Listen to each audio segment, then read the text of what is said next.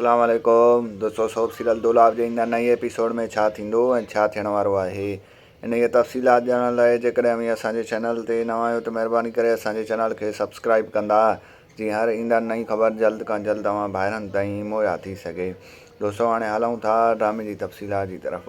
तव्हांखे ॾेखारियो वेंदो त ईंदा नई एपिसोड में जेको आहे सो ककर पंहिंजे सौट रज़न खे चवंदो त जेको आहे सो हाणे तव्हां एॾो पुलिस जे मथां ज़ोर वधायो ऐं होॾो जेको आहे सो वॾे शाहनवाज़ ख़ान त होॾो मंसूर ख़ान खां ज़ोर वधायो मुराद ते त जीअं हू असांजे भाउ मिठल खे तमामु जल्द आज़ादु करे।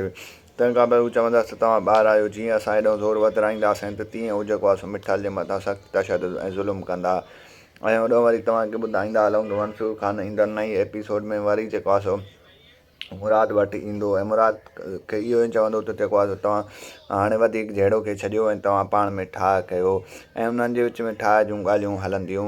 ऐं तव्हांखे ॿुधाईंदा हलूं त मुराद चवंदो असां त राज़ी आहियूं, बरालो हू जेको आहे सो दौर जेका आहे उहा वरी जेको आहे सो छिकटाण में आहे। ऐं तव्हांखे ॿुधाईंदा हलूं त ड्रामे में बहितरीनु मज़ो थियण वारो आहे। ऐं तव्हांखे ॿुधाईंदा हलूं त कुझु किस्तनि खां पोइ जेको आहे तव्हांखे ॾेखारियो वेंदो त थी सघे थो त जेको आहे सो अली खे मारियो वेंदो। ऐं तव्हांखे ॿुधाईंदा हलूं जेको आहे सो जेकॾहिं अली ख़ान खे न मारियो वियो त जेको आहे सो ड्रामे में तमामु बहितरीनु अॻिते हली मज़ो थींदो। कादिर चुतू ऐं तव्हांखे ॿुधाईंदा हलूं त ड्रामे में अॻिते हली तमामु बहितरीनु मज़ो थियण वारो आहे।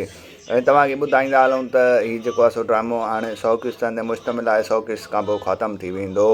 दोस्तों तव्हांखे मुंहिंजो रिपोर्ट कीअं लॻो कमेंट सेक्शन में पंहिंजो राय ॾींदा। वठंदासीं इजाज़त, मिलंदासीं नए वीडियो में, तेसिताईं रखंदा पंहिंजो ख़्यालु, ॾींदा इजाज़त। अल्लाह हाफ़िज़।